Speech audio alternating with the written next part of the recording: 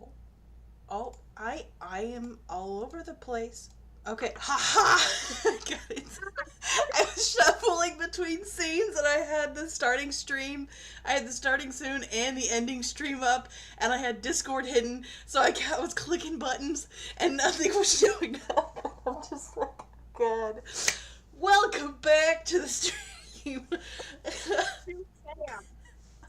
We are a lot. I'm a hot Not mess. really. Yeah, Oh we're my hot God. right in everything, but we are here. Whew. Oh my gosh, it's been a hot minute. Life has been crazy. So, but we're here. Yay, we're in. We've got it. We're here. We've got some news. Yes. So, obviously, most of my stuff has literally been I am just promoting the Kickstarter, but we got the cover fixed. Ooh. So it's Oh, yeah, now it looks and better. Yeah. camera doesn't do it justice. What But did you have also, to do? it was like it was like not the right DPI. I have no idea what that means. He realized that he's like, oh, whoops, sorry. Here Technical stuff. And also, Got it. Yeah, it was a good thing though, because apparently there was a version of the cover where the snakes were ropes, and I forgot we put snakes in there. So I'm going, what? I did the whole cover reveal, and I didn't even notice that's the difference. hilarious. Yeah, I love but that. this is a Kickstarter, so it's Survivor, the TV show mixed with Hunger Games. If you guys don't know, it's intense. It's like a deadly survivor. Yeah, Deadly Survivor. So it's really fun. It's really intense. It's on Kickstarter. The link is in the description below for mine, and it's like a landing page for all the Kickstarters that I'm going to shout out. So because of that, this has been keeping me sane. In my wind down time, I'm not kidding. I work until like 4 in the morning, and I read about 30 pages, and I fall asleep. And then I wake up with no idea what happened or what universe I'm in. It's chaos. I mean, this book has not stopped. Oh yeah. Holy it goes like that. It's literally, it's like, it's what Fourth Wing inspires. It aspires to be. That's the only way I can describe the up and down of that book. It's because you described Fourth Wing as being up and down, up and down. It's like Fourth Wing, like, is what Fourth Wing on Empire steroids. Storm. Yeah, it's like Empire Storms is what Fourth Wing aspires to be, but there's no dragons. Yeah. But and there's no slow. Like, there's a few kind of like moments where people get to like talk and have dialogue, but like I call them like breathing, where you get to breathe a little bit. Yeah. Oh, like it. Mm-hmm. Oh, you're frozen. Mayday. Mayday. So hopefully hello. Okay. Oh, there we go. Okay, we got it now. I was like, Mayday, I'm alone. I'm alone. That's funny. Glad we got that one out. So I don't even know where to begin. I think, okay, I'm at the part where am I at here? They're at the swamps trying to find, they've been traveling for days. They're trying to find the thing in the swamp.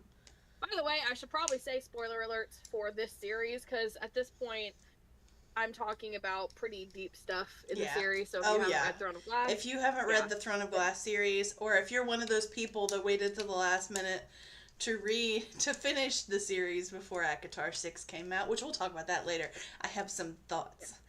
Anyway. Okay. Anyway. I do too. Okay. But yeah, so they're in the swamps trying to find everything, and Manon is with them, or Manon, as the fancy schmancy people say, because I'm a hick over here.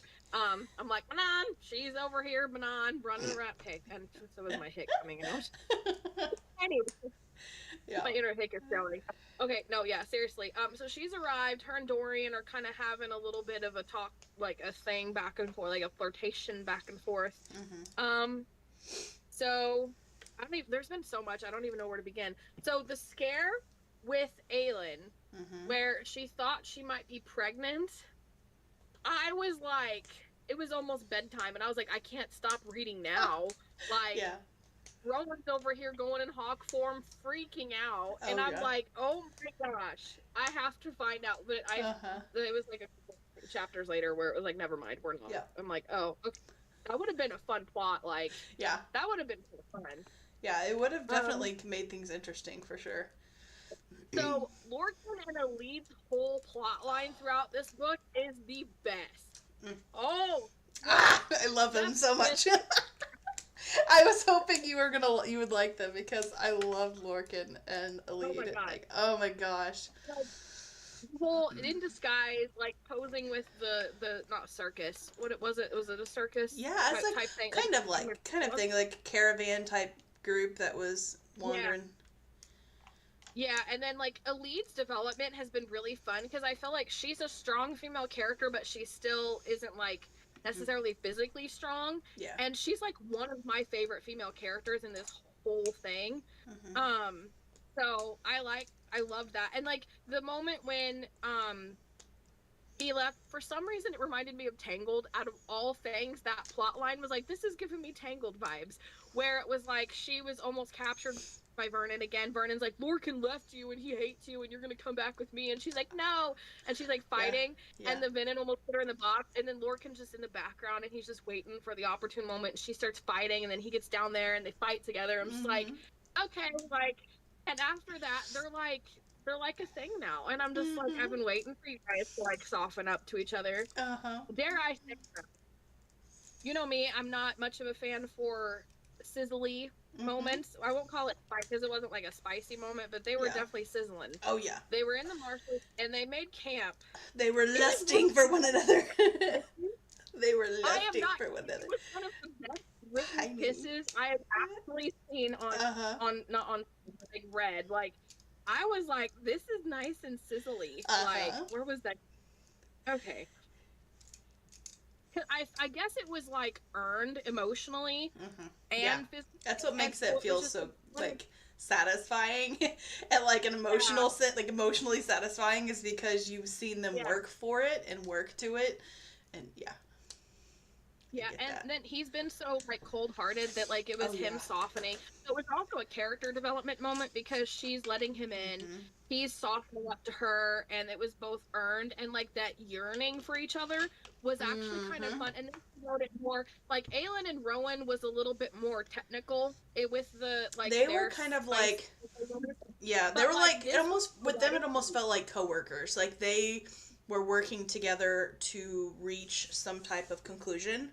Like that's the way like Aelin and Rowan were, and it's like, I don't know, it's like a different vibe from Lorcan and Elide. It's just like well, the writing itself is different too because it's more poetic with Lorcan and Elide versus like Aelin and is like the technical physical stuff that they're doing. It's like, oh, his hand is here and her you know, her hair that way, whatever, you know. I'm making stuff up, but for them it was more poetically written, and so it's cool. Like, also, I didn't expect to soften up to Lysandra because of Aeden's perspective. His perspective, I'm seeing her through his eyes, and I don't hate her. I don't, but I don't hate her. You know, like I'm softening her because of his. I have my feelings for her go up, like are up and down throughout the entire series. Like there's never a moment, it doesn't ever get to a moment where I'm like in love with her the entire way through, like for the rest of the way through. Like it will go up and down constantly. Like she will do something that will she will say something or do something or hint at something or tell some type of part of her past that will make me kind of feel really empathetic for her and make me feel bad for her when I go to her perspective. But then like there's other times where it flips to the other person's perspective or some things happen and it will just throw me right back over into the other side again. And so it's like she's very like for me, at least for me, she was a very wishy-washy character in terms of me liking her or hating her. Like I never fully hated her and I never fully loved her either, because they're just, and honestly I like books that have that kind of character that you can't really settle on whether you like them or not. Just keep you guessing. Like, and that's the thing, like, my issue with her, like, one of my primary issues with her is just she feels a little OP. Like, she did have a little bit of tiredness and, like, she was out of it, but it's like she sleeps and then she's fine and then she can just turn into whatever she wants and get them out of any situation ever. And it just feels kind of like superhero vibe. See, that wasn't my main reason for disliking her. My main reason for disliking... Okay, describe to me what she's doing right now. What is she doing? She's turning into the swamp creature that Aelin doesn't Okay, like. never mind. Okay, my main reason for my main irritation about her, you haven't read yet, so you haven't got there yet. Whatever that is. Yeah, I was her and another character. I get very irritated at when it's like one particular part where I was mad, like genuinely upset. Is it in the final book or Tower of Dawn, or can you not say that? I think it's at the end of that one. It's at the end of that one, and like at the beginning of Kingdom of Ash, and like throughout Kingdom of Ash. Right. Makes sense. If that makes Okay. sense. Yeah. The ship attack, like in the bay with the creatures and stuff, I like that was all really because everybody was like doing something. It was really intense. So I like that. It was like really suspenseful and stuff. And I like that Aiden got to shoot one of the things. Okay. So have they been in a few different situations where they've been attacked a few different times? Yes. Okay. Yeah, it's been pretty. I'm gonna express my main, because remember how I was like when I was reading it, I was really irritated and frustrated at times. Okay, for you, does it seem like Aelin makes a decision, they get into trouble because she doesn't share her thoughts on said decision, they get in trouble, they start fighting, and something magically happens and she magically saves them? Do you see that pattern? Yes. Because that was because it almost became like a point where like, oh, they're getting attacked. Well, she saved them before, she'll save them again. Like that's how my mindset got by like a certain like to a certain like for a certain amount of time, and it's like and it's not like the whole book's not like that, but it's like at the same time it's just like a majority of the like a lot of the book is that way, where either she gains some kind of power, some deity takes control of her, or something happens and she gets them through it, and there's no real repercussions of her not sharing her thoughts or ideas or what she's planning, because she's still making plans in the background that she won't tell people about. And I've ranted online and people have given me the explanation and the explanation of why she doesn't trust people. I get it. I get that she trusted Sam and she told Sam her plan and Sam got killed. And the friend that she develops in Throne of Glass, what's her name? Nicinia? Oh Lord. No. I can't. Yeah. That whatever that starts with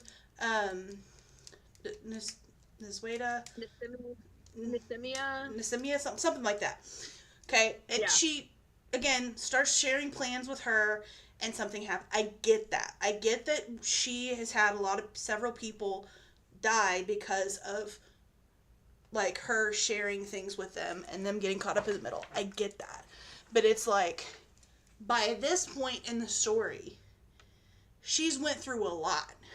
She's had some character development. She has a lot more people now that she can trust. She has a giant group of people that are blood sworn to her. And she's still not telling them the plan. And they're not as fragile as Sam or Nissim. They're not. Like and it's like Sam was and it's like I don't need people in the comments explaining to me why she's not telling them. I don't need you to tell me, because I know I've heard I've made a video expressing this frustration, and I had several people comment explain that to me.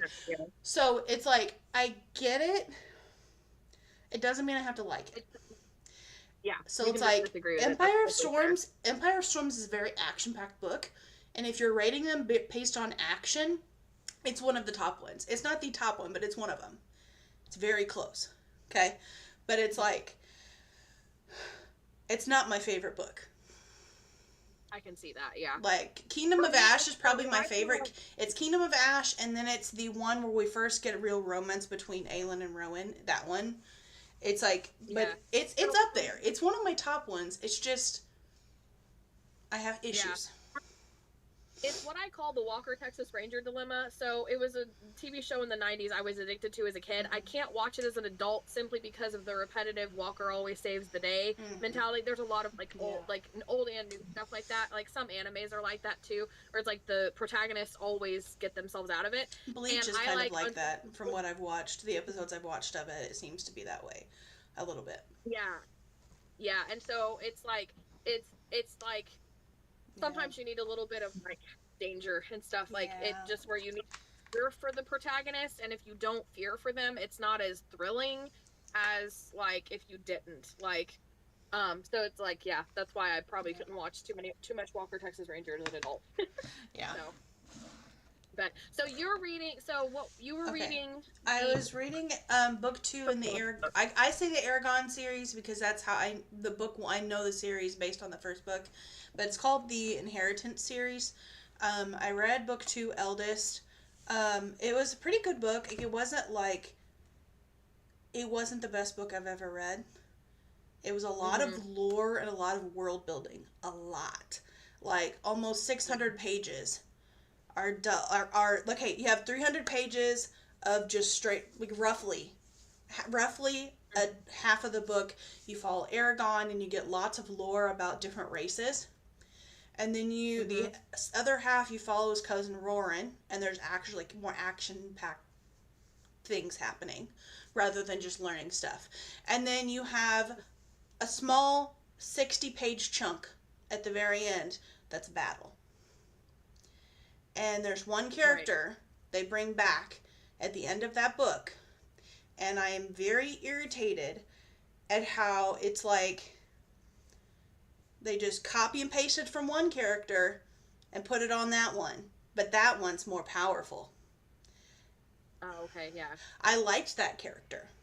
I wanted more of that character. And something randomly happens to him in the first 2 chapters of the book. And we don't see any more from them for the entire book until the very end. I'm irritated. Right. I'm going to finish the series, but I'm going to wait a while because I'm irritated at that. Yeah.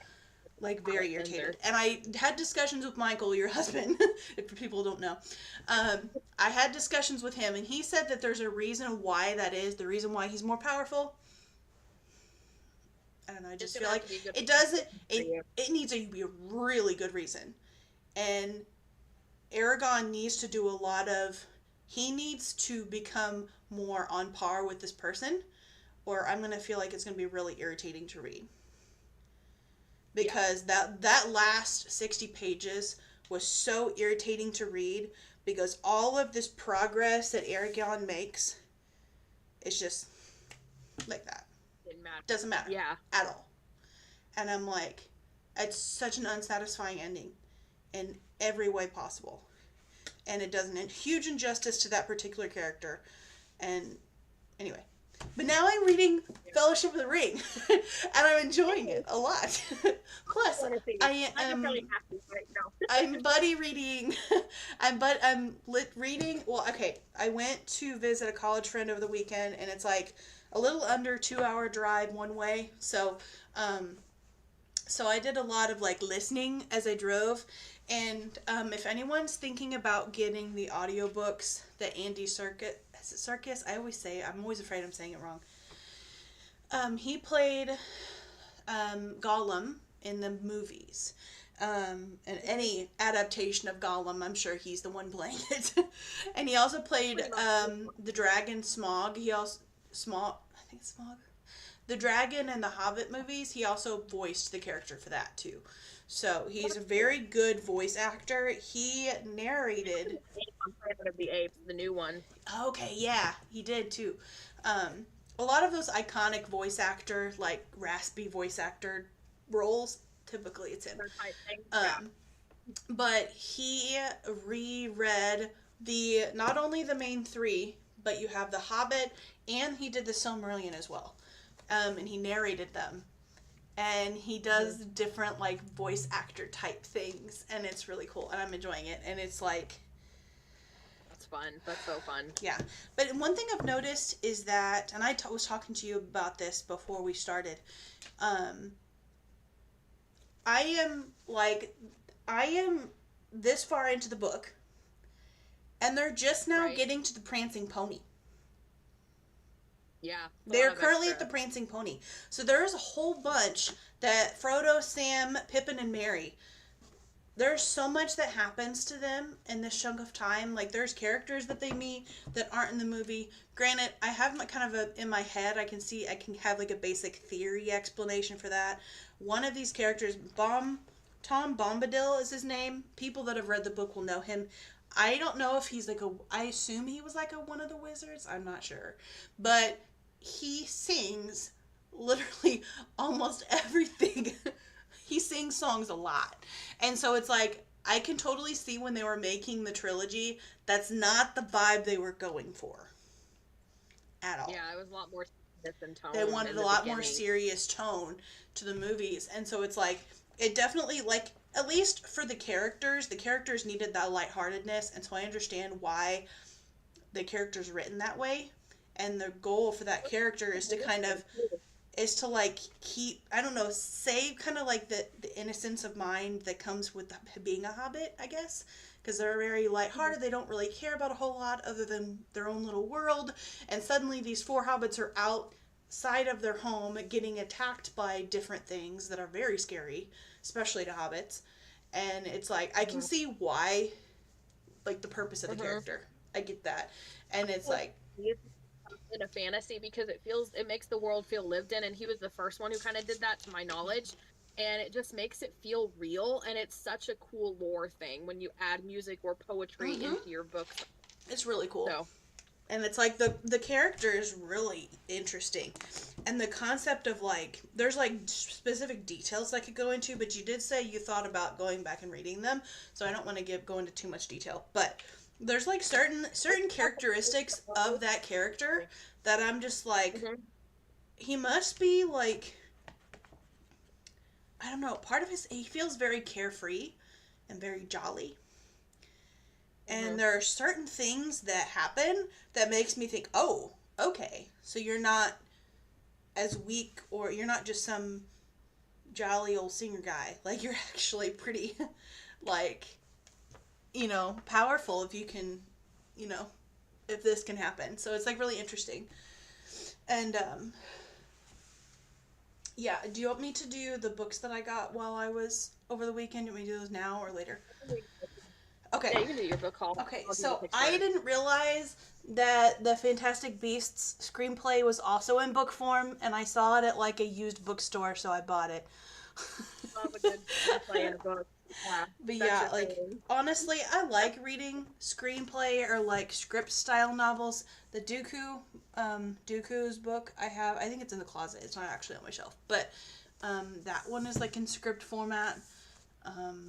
The Cursed Child's also in script format, but they're really easy to read. I haven't read either of them, either the Harry Potter ones yet, but I feel like I'm officially collected the story-based books now.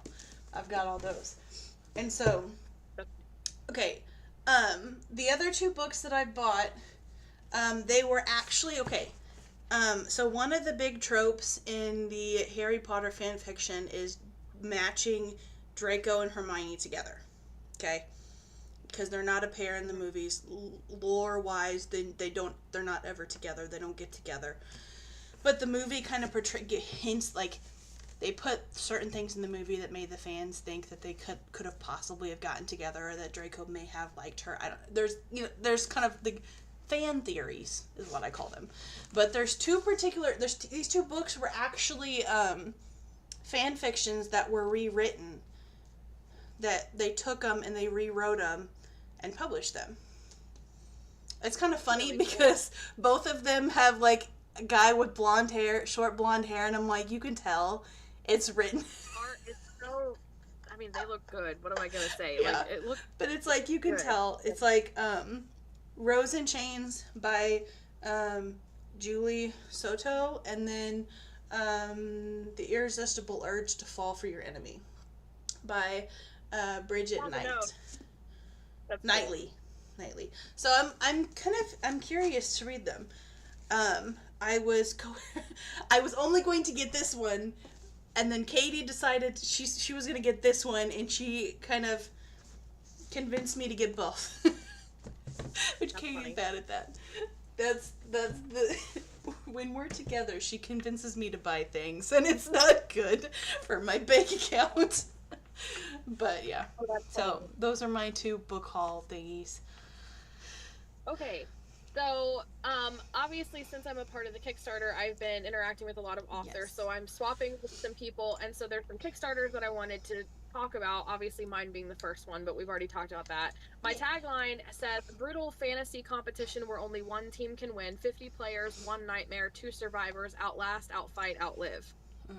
It's so good. There's 6 illustrations now. There's the short story ending, which would be nice because my tangent for my tendency to do cliffhangers.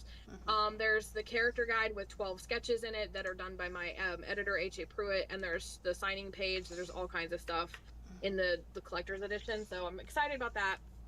So first up, we have Another Man's Storm, the leather-bound edition, 6-book series by Diane Gardner. So hers is still not launched yet either. So, but if you follow the Kickstarter, that actually helps us out. So if it's not launched yet and you're interested, it doesn't hurt. Okay. Click follow. If anybody's watching and they have no idea what Kickstarter is essentially a website where people can post like projects, upcoming projects that they have where they're seeking a certain amount of money. So what you do as a person that's participating is you can go in, scroll through what they have available. You can like buy things, which is saying you can back certain tiers of certain things, and if the person meets their goal, then the money that you put into it is then taken out of your account and sent to that person, and you get whatever you bought or backed, essentially. So if they don't meet that goal, then it doesn't actually come out to your account. But it's a great way for people like what's the phrase I'm looking for? Self-published authors and people that like maybe you're making a new board game, or you're trying to make a fan film or something, or you're trying to raise money for some type of creative project, is essentially what it is. Okay, there you go. Yeah. It's okay. I always forget to mention that, so thank you. That was helpful. No, yeah, no problem. But yeah, so in a world shattered by sorcery and magic, a peace-loving prince and his dragon are entangled in another man's war in this epic fantasy. So it looks pretty cool. It's got some really good art, and it's got like the full spread and the spray. It looks really cool. The red dragon art at the like the main, the red dragon, like the red dragon in the artwork, looks very, very cool. The full page spread like is getting to me. Okay. Also, these are all in the description below. There's a landing page. I will be making the landing page prettier. I just needed a quick thing for this podcast. It will look good later. I promise. So that's by Diane Gardner, and it looks like she's backed a lot of Kickstarters too, which is nice. Like I always like seeing that. So that was the first one. Next up, we have A Lesson for Dragons, book 5 of the Caravernus series. I'm sorry if I'm butchering that. This is another one that's on pre-launch. And this one, she's only got 11 followers, so that she could use. Looks like she's backed 22 different projects, so that's nice to see as well. Yeah. So the continued adventures of Maddie Sharp and her BFF, the Blue Dragon Artorias. Guess what? There's a new sorceress in town. I thought I read somewhere that it's kind of like it's got some comedy in it too. Oh, okay, cool. So it's like a lighthearted. Yeah. Like more like a cozy fantasy type of thing, maybe, kind of, sort of. Yeah. Not really, but kind of. Yeah. I'm horrible at the genres, so Joanna corrects me when I get them wrong. So yeah, it looks kind of cute and everything. So that's the second one. Curse Breaker, the cover of this one is just like it would be a cover buy for me. Like I don't even need to see anything else, just it's a cover buy. Curse Breaker. Oh, you missed one. Soulmate and Sacrifice. You missed one. Oh. Did I? Yeah. Oh, there's Soulmate and Sacrifice. Oh wait. I was gonna. It got out of order. Okay. Sorry. Keep going. Keep going. I'm sorry. Okay. For some reason, switched themselves. They switched spots. Okay. Going backwards. Okay. Soulmate and Sacrifice, Urban Fantasy Special Edition hardback. He's her fated mate. She's his curse. A dark fae romance steeped in Slavic myth and Thracian blood rites. So, that sounds cool. This one's already going, and it's met its funding goal. Oh, so sweet! That's awesome. So if you back this one, it's going to happen. R.N. Avila is the author of this one. The one doing it is actually the publishing company, it looks like. So Soulmate and Sacrifice looks pretty cool. I love the concept of he's her fated mate and she's his curse. Like, I'm like, what does that mean? I'm so curious. That's really curious for me. So, and I always love fantasy books that like, inspired by some sort of myth from, like, real life culture. Yeah. It's, like, always so fun. Oh, yeah. So that's the third one. I'm missing count. Now to Cursebreaker. The cover of this one is like one of those covers that's like, I just want it's so pretty. Cursebreaker in New York, special edition omnibus. 3 fantasy books bring a mage and his family to New York City to save their scribe and their books with magical mayhem, dragons, gold foil, and sprayed edges. So it's actually an omnibus, so it's 3 books in one. And it's launching soon. Yeah, so she's got 25 followers, it looks like. It's Melinda Kusera. I am sorry I butchered your name, but the dragon in the back of her banner looks really cool. The concept, it almost feels like one of those, maybe like a, not really a portal fantasy, but like a fantasy in the real world style thing, which I don't think I've read a lot of books like that where it's like, if they don't, like, most of the real world fantasy books that I've read are like a portal style. So like you have Narnia that like you transported somewhere. The Cursed Prince is kind of like that as well. The Cruel Prince, not Cursed, Cruel Prince. But I don't think I've read ever like very many that are like fantasy within real world. So it's kind of a unique play on it for sure. Also turns into like paranormal too, because it's like vampires and werewolves and urban. Cool. So it's like like an actual, like you said, a fantasy in a contemporary setting, because it kind of sometimes can branch into like the paranormal side of like fantasy in modern times. So it's nice to see like dragons instead of vampires or something, you know. So, and then I had some that I'm just like an absolute sucker. Like I saw these and I'm like, I want this. So actually, let me go. I gotta go to Kickstarter and get. Apparently, I have to log in. Well, it's okay. Okay. Cohesion and Chaos looks good. Cohesion and Chaos. Yeah, so it's 8 days to go, and it's $736 out of its 1,500 gold. So I'm actually worried this one may not make it, and I'm like, please, I want to back this one. And the ebook is only $5 for the ebook tier. So I'm like, and you're getting like the digital version of it. Yeah. Did you see the chapter header art? Oh my gosh, man! Scroll down. Look at the chapter heading art. Like. It's like profile, like the characters' pictures for their chapters. That is really cool.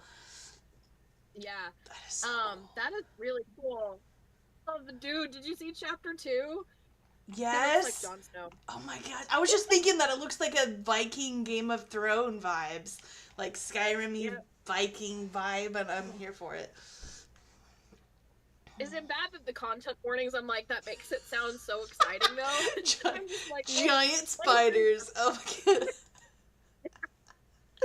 I'm just like, the first thing that catches my eye is the fact that there are giant spiders. And I'm like, yep. Fair warning, content warning. I hate spiders. So it's like, appropriate content warnings here. Another cool thing is, I noticed some authors doing this too. You can read the first few chapters to see if you like the vibe of the book before it's back. So she has a link to that as well. That's sweet. That's awesome. Yeah, so it looks really good. So that was the first. Oh, she has tea based on the characters, maybe, or on the books, maybe. Teas, the black. Okay, that's probably cool. Actual tea. Yeah, so it's like tier rewards and stuff. That's cool. Okay. This is like my childhood, but like an adult book, and I am geeking out. I have to get this one. Yo, it's dinosaurs! Yes! Oh my god, man. And it's met its goal, though. It like doubled its goal. Okay. Whew. Romantic adventure. So it's Romantic in the Stone meets Jurassic Park. Witty banter, lush love story. No spice. No spice. We're encouraging the no spice. No spice. Yeah, it's so, like, that's another thing too. No spice, action, Jurassic Park vibes. So she's he falls first. Yes, I'm just like, And the thing is, okay, it's time travel. So, like, she goes back in time to study dinosaurs, and then something goes wrong. And it's, like, common in their universe to time travel, study things. So, and also, she was another one that had the first chapters. I downloaded them, and I read the first page, and I am in it. I mean, it's a good vibe. So, also, she has a digital wallpaper tier for $1. And I'm like, why is nobody back that yet? It's a digital wallpaper for $1. Like, but the ebook is $7. So I'm like, I'm gonna have to get this one. It looks so good. I am geeking out about it. And also it's met its goal, so this one's happening. I'm so excited.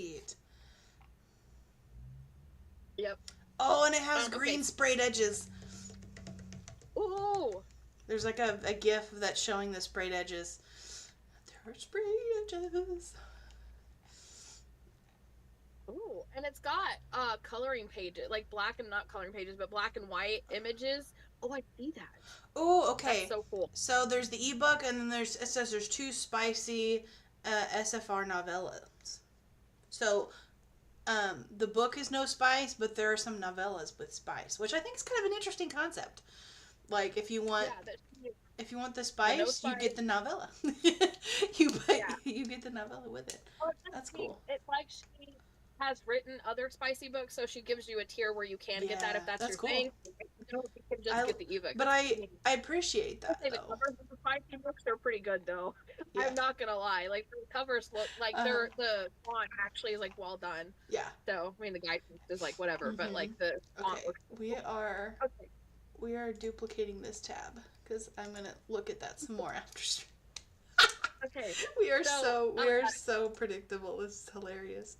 I know. Okay. Okay, so the last 2 you're gonna love. This one I gotta shout out really quick. An Ember in the Dark special edition hardback. The art honestly is gosh, man. That cover and the edges. Holy crap. Notified me on lunch. Whenever I saw one. I didn't even read the description. I just looked at the cover and I'm like, okay, notify me, please. Okay. That's a cover by, I thought whenever I saw Witch Without Magic. A Witch Without Magic, God Without a Future, and a bond that burns hotter than the flames of war in this spicy dark romantasy. Oh. So I'm just like, a brooding God losing his power. I'm like, I'm not much of a God fan. Not God, like okay. That came out totally.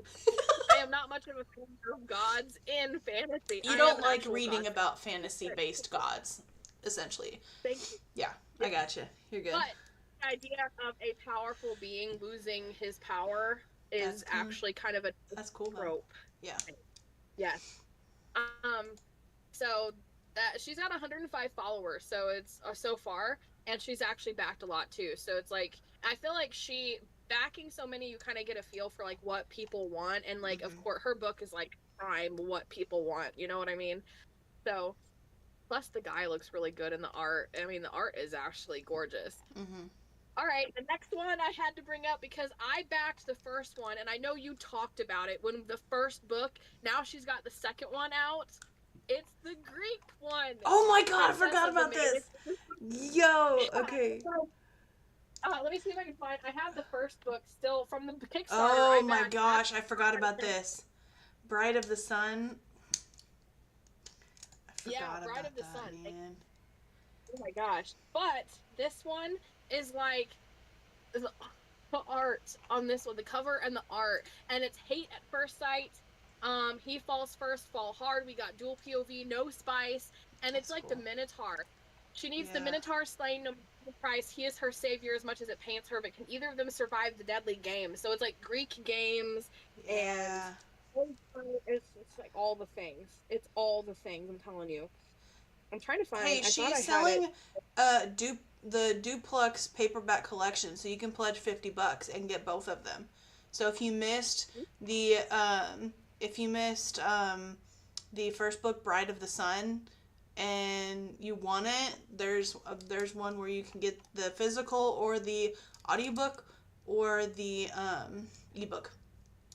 So yeah, I thought I actually had. I don't think I've actually downloaded it to my Kindle yet, but for some reason, because I thought I had that, but sweet, I did not. something I I have to do honestly later. forgot about that book. So, Life has been insane lately, and I just completely forgot about that. But that's cool though. yeah. So it's like, was it Hate at First Sight or A Chance at Eternal Love? I mean, it's just like, and you can get the Kickstarter edition ebook for $7. And the thing is, like, the the the ebook includes all the art and bonus chapters unlocked as part of the Kickstarter. So like, this is your only chance to get the, like, when it's on Amazon, you can't just buy this fancy version on Amazon. So Yeah. it's got 14 days left, and it did meet its goal, more than met its goal in this case, but I can understand why, because it's like a really interesting no spice book. But it's just I love the tagline: a swoony no spice standalone romantasy retelling of the Minotaur, featuring a cunning princess, noble heroes, and a flirtatious god. I'm like, that's a pretty good tagline. Yeah. And this last one I had to include when I saw it, just for you. I was actually doing a YouTube video of the best Kickstarters, most popular, whatever, and I saw this one. I was like, this is absolutely Hannah's thing. And so I included this next one just for you. Okay. An Egyptian time travel romantasy that's mixed. My God. Family and romantic adventure. I was like, this is gonna get her. This is her thing. Literally anything you could, like, literally everything all in one. Oh my God, man. Dude. Oh my gosh. And look, if you scroll down, she does this cool thing. I figured out how to do it, called Vibes, but it's like the word with pictures inside of it.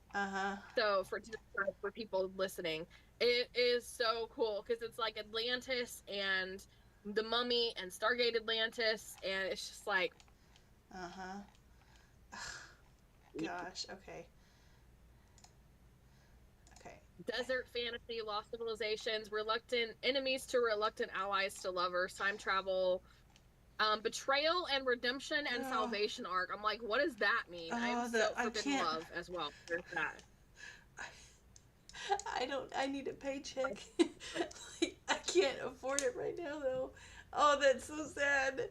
I can't. I want the physical book. I know. Going through these, I was like, I have to pick and like, I don't have enough money for all these, but it's like they all look so good, and I'm just like, I need more money. I need more money. Okay. So that one actually did get funded. It was like $13,000, and I was like, that is amazing. Like, but the physical book is like so gorgeous. Like the collector's edition omnibus. Oh my gosh. Let me scroll. It's 125 Canadian dollars, or about 92 US dollars. But God, it looks amazing though. It does. It's got like all the fancy things, the sprayed edges. It looks like it has a hardback cover. So this is book. This is book 4? So there's books 1, 2, and 3? Yeah, it looks like it. Okay, we're gonna do some snooping. We're gonna put my online snooping here. Okay. But yeah, so those are the Kickstarters. Shout out to all the ones I'm swapping with. I'm so super excited for all of these. They all look so good. Yes. And shout out to all of us who are grinding, man. The grind for Kickstarter is real. Ugh. Yeah. So I will skip the Sarah J Maas one, because I had that too, and I know you're going to talk about it and have a lot of thoughts on it. So while you're super sleuthing, I saw a video on Instagram that popped up randomly. Rebecca Yarros is doing a giveaway. So if anybody is interested in Fourth Wing, and if you're a collector, this is the time to get it. She is running a massive, like, super duper collection version of Fourth Wing on a giveaway. And it's got like lettered, numbered Violets edition. She has a Zayden edition. And it's packaging, and it includes signature pages signed by herself and all the artists and creators, new epigraph pages with storyline Easter eggs hidden throughout the design, full color art, reimagined map of the continent at Bagayath War College, font, 7 original pieces of art by an artist. So it's like this super intense special edition of Fourth Wing. And there's one that has like dragon scale, like actual dragon scales on the front, and so it's a giveaway. So you like the link.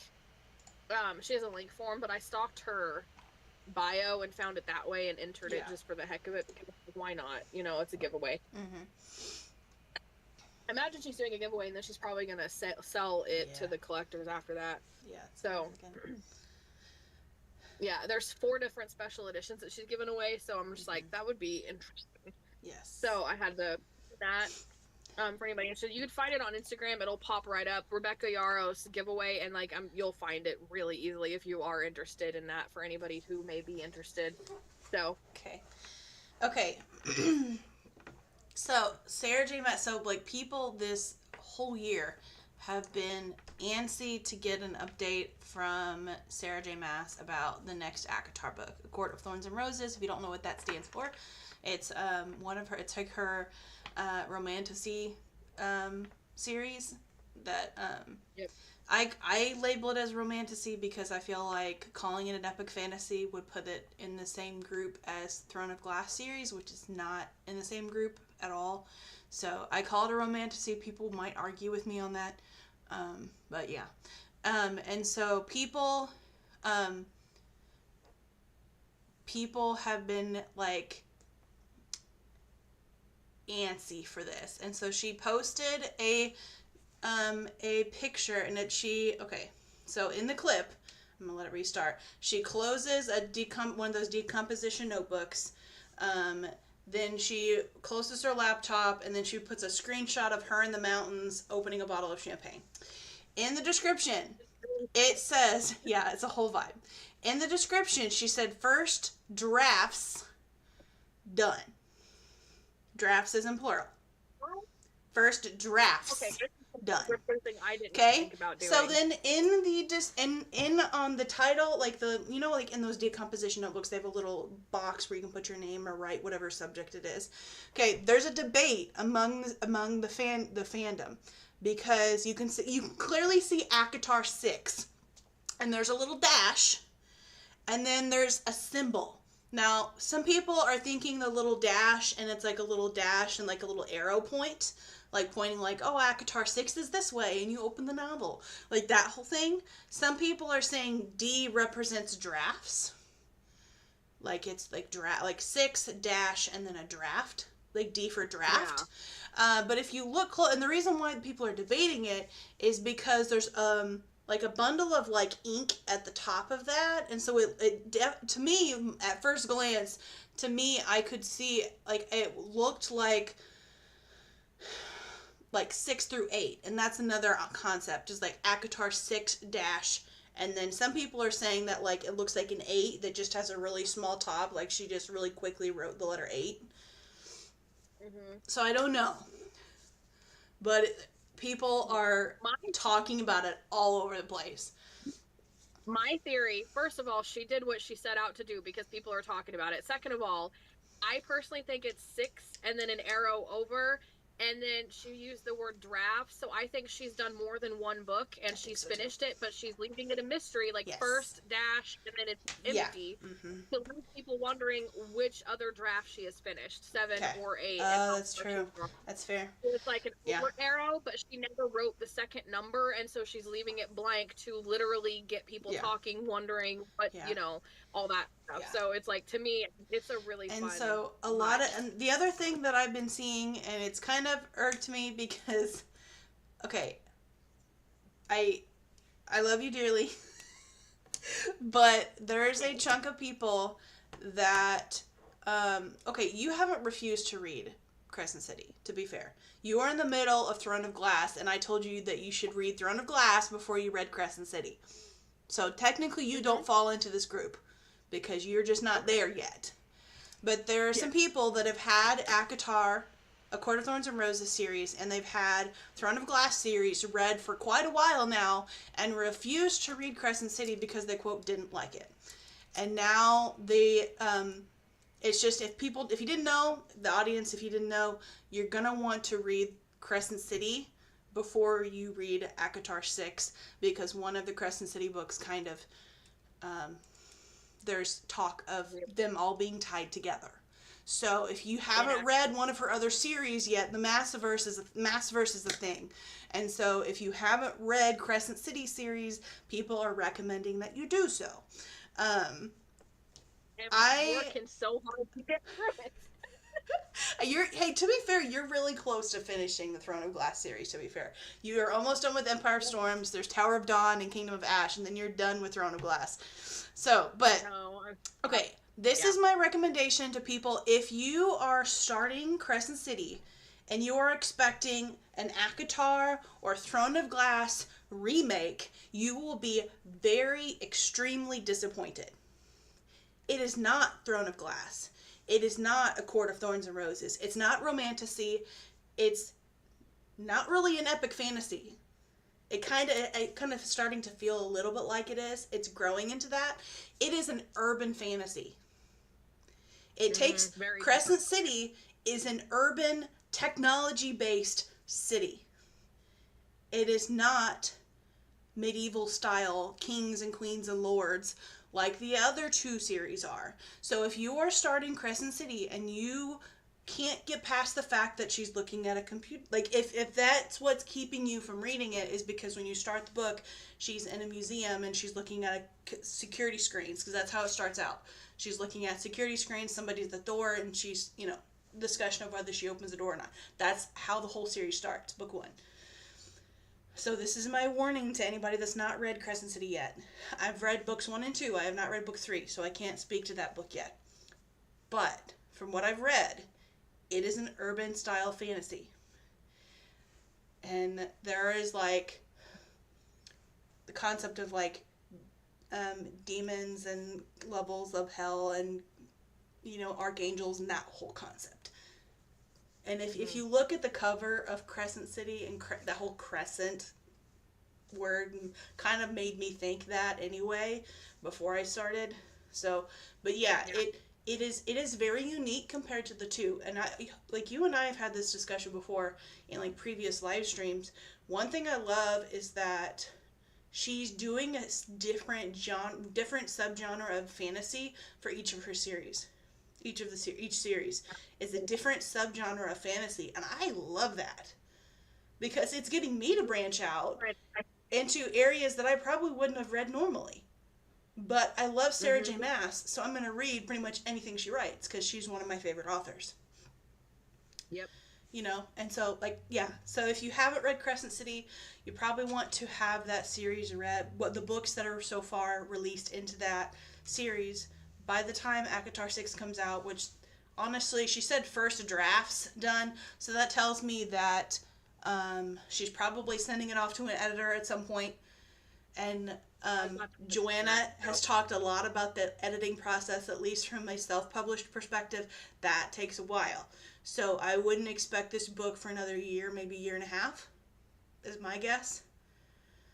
I was about to say, there's been a meme among writers when this came out, though the writer community had their own reaction to this, where it was like, everybody else, oh my gosh, we have ACOTAR 6, it's gonna come. And then the writer people, it's like, no, honey, you sweet summer child, it's gonna take a while. Yeah. It still has her edits, her read-throughs, the editor's edits, which they're gonna do multiple rounds of. The publisher may have a few people going through. You have the beta readers, the ARC readers, you have the actual formatting stage, you have the cover designing stage. Oh, yeah. It's going to be There's a lot of stages that we're going to have to get through before you get the book. So you have plenty of time to read Crescent City. You can do what I did. You can do what I'm doing. Read 1, take a break and read 2 or 3 other books, then come back to it and read book 2, take a break, come back and read book 3. You have some time. You don't have to speed read all of this and read the book when you're not into it. Okay? If you feel that inkling to read the series, start reading it. Read book 1. And then if you need a break because that was a big difference compared to the others and you just need a palate cleanser, read a few others on your TBR and then come back to it.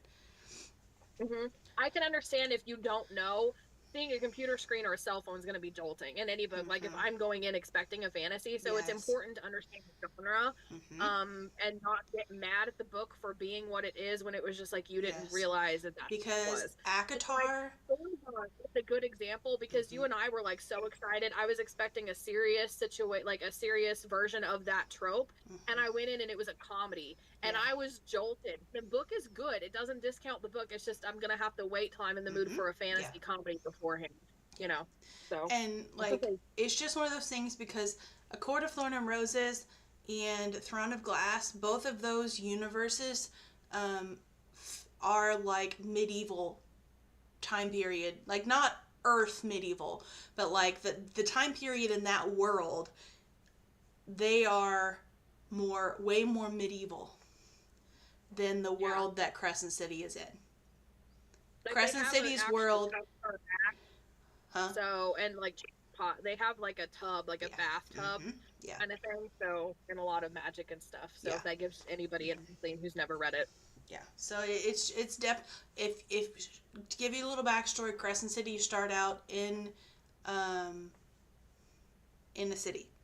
The map shows the map is not the map of the world. The map is the map of the big city, the main city that the stories take place. The first, at least for the first two, take place in. So if you're looking at the map and you're confused, it's a city. It's not the entire world. So that's to give people, to give people kind of a little bit of backstory on that one. Honestly, I may put Crescent City Book 3 on my next TBR list. I was thinking about that earlier. I may go in and at some point. But I've got a lot of others that I want to read too. So I'm excited when I can put something besides Throne of Glass on my TBR list. Yeah. Okay. Not that I'm excited to be done with it, but it's a big accomplishment. Yeah. So I really wanted to shout out a giveaway on Goodreads. I think this is an indie author. I found one indie author, and then she somehow linked me to another one, so I went indie author hopping. It looks so good. So it's like a bodyguard romance. Like she's married to this other guy who has this faithful bodyguard, and then the other guy dies, and the bodyguard is actually framed for it. But she's been so close. He's been in love with her his whole life. I'm just like, it's my thing. I didn't know that was my thing, but it's my thing now. And she's doing a giveaway. It's on Instagram. It's called. I'm trying to figure out what it's called. Is it Lady of Shadow? No, that's book 3. Shadows. Is that it? Yes. Okay. Yeah. So it's by some different people. It can be read as a standalone. It's a Goodreads giveaway, so you could find it on Goodreads. I think I entered it already. It's just amazing. It said like that the you'd art. entered it. Honestly, I have never won a Goodreads giveaway, and I'm horrible at checking my email. But I'm like, I want to win a giveaway on Goodreads. Like, that's something I want. I want to as well. Never read much of anything. Never won much of anything, not read. That was the wrong word. So also, quick thing back to the Sarah J Maas thing. I have to shout out Steven, because he did a initial reaction video where he was like seriously excited. Second one was this whole satirical, like, guys, look what I found out. And he's like, if you look here, she's got mountains in the background, and that's going to tell us that it's going to take place in a fantasy land. God, and he goes on with these really obviously obscure things that he finds out. It's like, there's water in this shot, which means it's going to be a mirror reflection of the character's inner thoughts. And that's hilarious. And it was, I died laughing. Like, I was like, this is the theory that we're paying attention to. That's funny. So I had to mention that real quick. So I actually have a more serious subject to talk about. I found a video on TikTok. It randomly popped up. I've been on TikTok because I've been trying to promote my Kickstarter. Yeah. I've been on social media. And it was Brandon Sanderson, and he actually had this whole point that I actually thought was a really good take on the AI art situation, like in general. So he was talking about the term that people use to call themselves AI artists, and he had a really good metaphorical situation to try to argue against that, because he has a specific problem with that particular term, and I actually agree with him. So he went into this whole thing where he showed one of his books, and he opened it up and he showed the picture of this art of a creature, and he said, I came up with the creature idea, I figured out what the creature looked like, I described it, I told the artist about this creature, and I pushed this artist, and he named the artist, I can't remember the name, and he's like, I pushed him, and I told him, okay, I don't want this, I want it to look more like this, do more of that. He's like, I pushed him hard. I would never dare to put my name as the artist of this art. He was the one who did it. He's like, you cannot call yourself an AI artist because that. you're an artist, the machine is. You were an art director. You were directing the artist on the art. The machine's the one doing Wow. the art. And I was like, I hadn't thought about oh. that, but that's kind of cool though. He's right. He's not wrong. You know, It was like just it, a really okay. good. To put it from a teacher perspective, if my student was writing a paper and I am constantly giving that student feedback saying you need to do a little bit more like this, you need to get rid of these kind of things, you need to refine this, you need to add more details into this point, I am not the writer of that paper. It would be an injustice to that kid for me to say this paper is now mine. I'm going to put my name as the author of this paper because I told you what you needed to change. No. The kid wrote it. I just helped them along the way, guided them to where I wanted them to go. Same concept. You know, the thing to apply that to the AI writing, like you were directing, so you're the idea person, you are the director, but if you actually include the AI, like what it actually writes in there, that's not your writing. That is the AI. That's the machine. Yeah. You know, because you're just directing it on what to say. Like, oh, I just prompted it. You know, that kind of vibe. Yeah. It opened my eyes. I was like, oh, wow, what a good point. Huh. So. I honestly, I've seen, there are several, like if you, honestly, if you follow him on YouTube, he posts a lot of YouTube shorts from, I'm assuming from his classes. And it's really interesting. Like I've watched a few of them. They're really kind of an interesting shorts to scroll through. But, okay, there's one theory. Okay, there's a group called, this group is called the Inner Circle Podcast on Instagram. They're the ones that post this. One of the girls was sharing a theory, and I was telling you that if this was true, then this would make me actually be interested in Elaine's story. The theory that they were talking about was that Elaine was actually pregnant when she went into the cauldron. And that's why she was so traumatized when she came out. And that's also why she has like the whole seer ability, because she didn't really fight the cauldron, but it was like an actual, like, saw it as maybe like a sacrifice type of thing. But if something like that was so traumatic to her that she just could not interact with anyone, and she secluded herself so severely, I could see that being a thing. Like, and we knew that she was kind of with that boy, and she was kind of, they were engaged to be married, and that whole thing, I could totally see her naively going to spend time with this boy, getting pregnant by this human boy, and then when all the crap goes down, and she gets shoved into the cauldron and gets pulled out again, no longer with child, that would be devastating. It would be. Oh my God. That would give her character so much depth. I mean, like, dude. Yeah. I like that. I know, I do too. I know that sounds really morbid. It sounds really morbid, and I'm not a mean person, and I'm not a morbid, dark humor person. But one of my big arguments, and if you go through the time capsule that is our live streams, you'll hear me rant about this multiple times. Elaine's character is boring as crap, and she's annoying. Because she doesn't, other than saying a few cryptic lines, she doesn't contribute to the overall story at all, hardly. Other than the few times when she's fighting in the battles and all that. Other than those few snippets, her character's just kind of existing.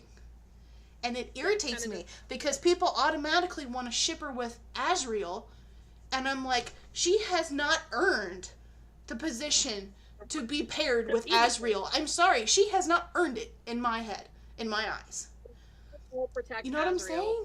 Like, there's another theory about Azriel, but I can't mention because you haven't read Crescent City yet. There's another one I haven't saved. I haven't saved. Okay, good. But yeah, so like that was like, honestly, that was posted a day ago. And people in the comments were like, yeah, and it would explain her grief even more if the theory that Moore was also pregnant with Cassian's baby, and then there's a strong connection between the two. So apparently there was a theory that Moore was pregnant with Cassian's baby, but maybe lost it. I don't know. Like, I've never heard of that theory. Right. But somebody was like, she- I don't like that one, but it completely makes sense. OMG, this is my yeah. So some people are like, this theory is ridiculous. If she's pregnant, it would have been noticed long before the cauldron. But here's the thing, though. They spent time. No. Like, Sarah was busy in the Fae realms doing all the stuff. Okay, and, like, here, so she wasn't there. context as well. When Feyre goes with Tamlin refixes their house, puts them in good standing. Can you imagine when they're suddenly in good standing again, and she's with this human boy who's also in decent standing? Can you imagine him suddenly finding her very, very attractive enough that they go flirting and spending time together? But it doesn't have to be when Feyre is still human. That could have happened when Feyre was gone, fighting under the mountain and all that. Yeah. Honestly, my thoughts, though, too, I've always felt like the cauldron was meant to be this traumatic thing, but it didn't seem like, oh my god, you went to a Fae, you have all these powers, why are you whining about this? I was so, like, Nesta, like, she's was a hateful, kind of spiteful, angry character anyway, and I was like, get over it. It wasn't that big of a deal. It wasn't that freaking traumatizing. So I've always felt like there needs to be more. I agree with you. So honestly, this would make Elaine a lot more sympathetic than Nesta to start off with. Nesta obviously had the epic arc in Silver Flame, but I'm still just like, I've always felt like the cauldron was not quite as dramatic as it could have or should have been, honestly. Yeah, some people are saying that it's a little bit of a stretch, but it would make a great storyline, though, and they are 100%, I can't say that, because you... Sorry, I can't mention that one, because it's... Yeah, anyway. I'm like so confused. I get so confused. It's like, oh, what's the filter thing? I'm sorry. But yeah, like, their comments are kind of mixed reviews on whether they like it or not. I honestly think, it's a little bit, okay, there hasn't been a lot. Okay, here's the thing, though. Sorry, I'm gonna keep ranting. I need to reel it in a little. I'm an adult. You're fine. I'm in control. I'm an adult right now. I feel like there's a TikTok audio. Are you kidding me? Wait a minute. No, I need to relax. But honestly, there's, other than the scenes where she's interacting with people, or she's fighting in the big battle that's in is it Wings and Ruin, or is it the pink cover or the green cover when they have the big battle? It's the green cover. Pink or green? Where the, spoiler alert, where the father dies. When is that? Yeah, that's pink. Okay. That's pink. Okay. Yeah, so it is the third. Oh, because I was getting the colors confused. I was thinking green was book 3, and so that's what I was confused. I'm pretty sure it's book 3. And you said pink, and I'm like, wait a minute. Pink is book 3. Pink is book 3. So we're on the same line. But yeah, like, other than when she is like in the battle with, interacting with the sisters in the battle, or she's saying some cryptic crap about various things, or when they're talking about her being just kind of existing there, like, there's not a lot written about her. So it's like, we honestly can't argue that that's a stretch when the books don't give a huge amount of detail about her character anyway, other than the fact that she was in love with a human boy, and when she got shoved into the cauldron, she couldn't be with her precious little human boy anymore. If that's all that it is, that's a really pathetic reason to be sad. To be so traumatized and so, like, comatose. Where you just got out, like, she went comatose. That's what happened. She just, like, completely just stopped existing. She was just existing. She went comatose, didn't interact, didn't talk a whole lot. They just kind of shun people. Sorry, I had a silly thought. I was like, it's like Bella in New Moon when Edward leaves her. Yes, Like, yes. But it's like, it made me but you know what I'm okay in my saying? head. Like that's like if that's all that it is, then my irritation and hatred for Elaine is justified. But something like this, it doesn't even have to her being pregnant. I don't know. I don't know what else could be as traumatizing as that. That would result in that kind of reaction. Yeah. It has to be something more that like caused all of that. So Oh yeah. we will see in a few years when she gets it published. But I mean, who knows? Maybe they can work fast because she's got a whole team behind her. So Yeah. um so I wanted to shout out one of my author friends. He did a cover reveal of this cool devotional series. It's Finding God in Anime, and I actually didn't realize they did a Cool. volume 2. This is volume 3. So it takes anime, but it's like Christians who love anime, and it's like they take different animes, and each there's like different like characters, and they're like different devotionals from whatever anime, and it's like a biblical lesson that you can find in there. That's cool. And they cover like everything. And so that's going to be launching. It's the 3rd volume. It's going to be launching soon. I think because I had asked him, when is it launching? And I think he said, he replied back, to me somewhere, but I don't remember. I can't seem to find where he said it. So it's soon. Finding God in Anime. And Joshua Reed Wrights is the one who had posted it on his Instagram. So he's got one of his in there. He loves a lot of like art. He's in a lot of like anthologies and stuff. So, but it looks really cool. I have volume 1 somewhere on my Kindle. Is I it never by read it. Laura? Grace. Yeah. Mariah Jane. Yeah. Yep. Okay, let me find 3. 2. No. Okay, 3. It says July 17th. So in a few days. Actually, that would be fun. Cool. So I need to get volume 2 because I thought this was volume 2 until I read that it was volume 3, and I was like, oh, I need to get volume 2 because I didn't know. Volume, yeah, it has like more of like a, yeah, the cover looks really cool in that one. It's like a cherry blossom kind of looking tree, and yeah, it's kind of cool. You have to look that one up. Yeah, that one. And the only other thing I had really quickly was just the Lunar Chronicles. I thought I saw Cinder on your shelf. Yes, at one point. I've read Cinder, but I couldn't. It was when I was high school me read Cinder, and then I kind of fell out of it with book 2. But I had book 1 and 2 at one point. I don't know if I still have. I think I may have gotten rid of those a few years ago, or they're somewhere in my closet. I'm not sure. Well, I have a good memory because I remember seeing that on your bookshelf. Oh yeah, you do. By Marissa Meyer is getting an animated movie adaptation by Warner Brothers Pictures Animation and Locksmith Animation, and it's at 2028. Who knows if it'll actually happen or not. Yeah. It's one of those that it didn't really go viral, so 10-1 it wasn't one of those where it's like, hey, let's do this because it'll be popular. It may be one of those more legit when I was reading, it was like 20, I think I was reading when it was just Cinder and Scarlet. So it was like 2012 is when Cinder came out, and 2013 is when Scarlet. But I remember when she would release.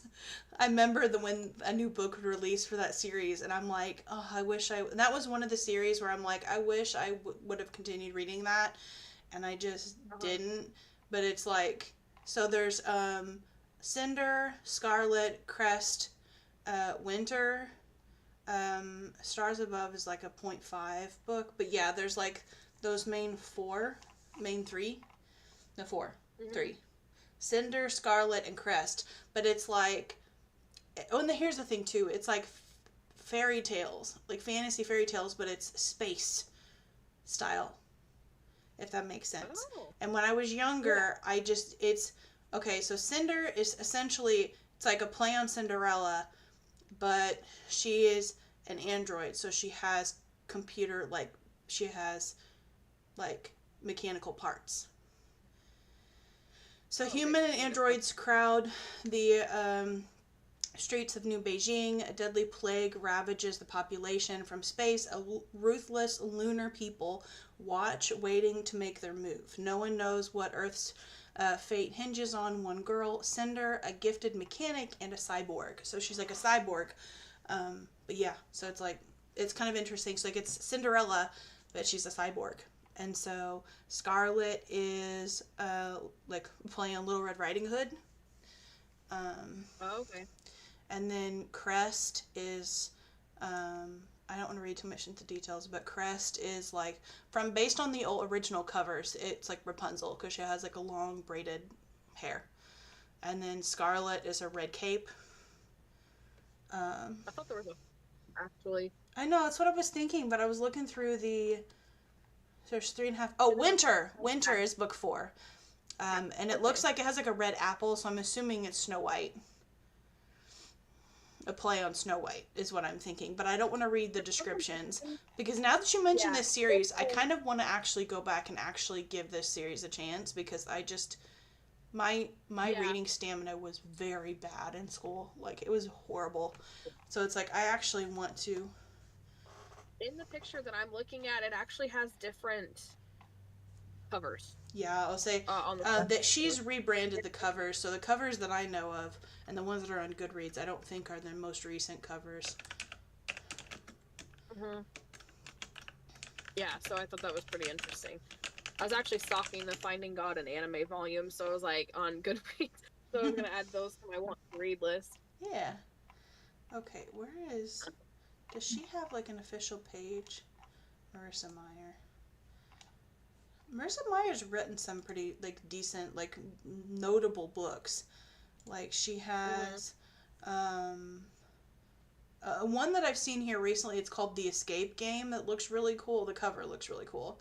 But there's the Lunar Chronicles Heartless, which I think is a play on the Red Queen, Alice in Wonderland, the Red Queen vibe. That's another one. A book called Gilded I've seen several times that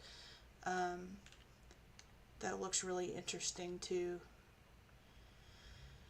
It's a retelling of Rumpelstiltskin. So retelling fairy tales is kind of her thing. She's a fairy tale retelling author. That's kind of her niche, is that. So it's kind of you have Renegades. That's another one that's I've seen before. I don't know if that's a fairy tale retelling or not, but it's definitely looks urban. But yeah, that's kind of her vibe. I'm glad you mentioned that. I completely forgot about her. I'm gonna have to do some diving in my closet to see if I actually got rid of those or not. Yeah. It's been a hot minute, but I remember that. So I think that's all that. So. Yeah. I know. I just enjoyed chatting about books because I feel like I have not done that in a hot minute. I know. I was like, I don't talk to anybody about books but you. I mean, I rant to my husband, but he's just like, whatever, babe. You know, because I'm just talking about Rowan and England and I was book talking about the Lord of the Rings to Dad on the phone on my way home from Springfield, but other than that, I haven't done a lot of book discussion other than when I randomly Discorded you all at like 2 a.m. when I finished Eldest. Oh, yeah. We were watching some sort of anime or something at the time, but that was fun. I was just like vegging out in the living room watching a Twitch stream, and I'm like, I finished it, and I'm like, oh my gosh. After we got off with you, he told me some more stuff because I was like, I'm curious. Because I had a question and I wanted him to answer the question honestly because I had a suspicion of who it was. Because I read Aragon a long time ago and loved it. Like, this was high school. Yeah. Actually, maybe even middle school Joanna.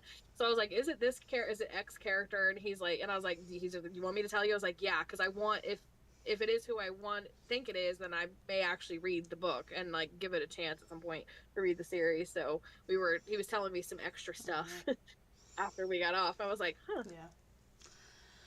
Yeah. After we watched it. It's fun. But yeah, so I hope to finish it. I just, for some reason, every time I go to read this thing, it's like clockwork. I hit 5 a.m. after reading like 30 pages or so, or however much, and I just completely doze off. Like, it was a miracle last night. I was on the couch. I didn't have my bookmark in. So I'm just sitting there. This is upright like this on my pillow. I fell asleep, woke up like an hour later, however long it was, and somehow I hadn't lost my page. No, like the fan That's didn't blow funny. it didn't fall over, Echo didn't touch it. Like it was just like this, and I didn't That's lose my page. hilarious. So that was That's awesome. awesome. Yeah, I thought that was really funny. Okay, guys. We'll do another one either at the end of this week or the beginning of next week. It's something probably like on a Monday, maybe. Yeah, Um, it'll probably end up being our June or July wrap up and our August TBR more than likely. oh God, don't tell me that. We've still got a week. I'm sorry. We got a couple weeks. No, don't do this to me. We've got a couple weeks. No, we've got a week. We've got a week. We have the 20th through the 26th. And then the week after that would be our July wrap up in August TBR. Okay, I've got a week. I've got a week. Don't do this to me. I have seen there are school supplies at Walmart. I have been the back to school anxiety is slowly creeping up on me and I don't But like as a teacher, you still get that. You never left that. No, I get it every single year for the rest of my life. I'm kidding. At least until I retire, which will be a while, because I'm not that old. Thank you very much. But yeah. All right. It's funny. Let us know what you're reading. Got the Kickstarter.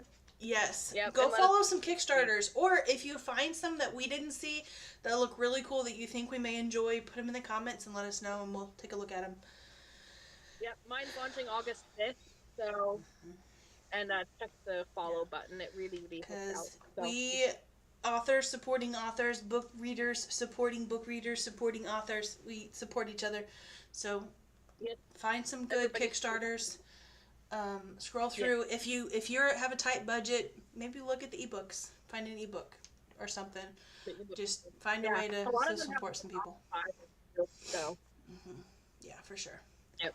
Or if anything, if you find, and if you can't afford the prices on like Kickstarter, maybe looking them up on looking up their website to see if they sell books outside of Kickstarter. Maybe you could find a new series to read. So, I mean, yeah, there's always options. So, but yep. All right. Let us know what. Bye.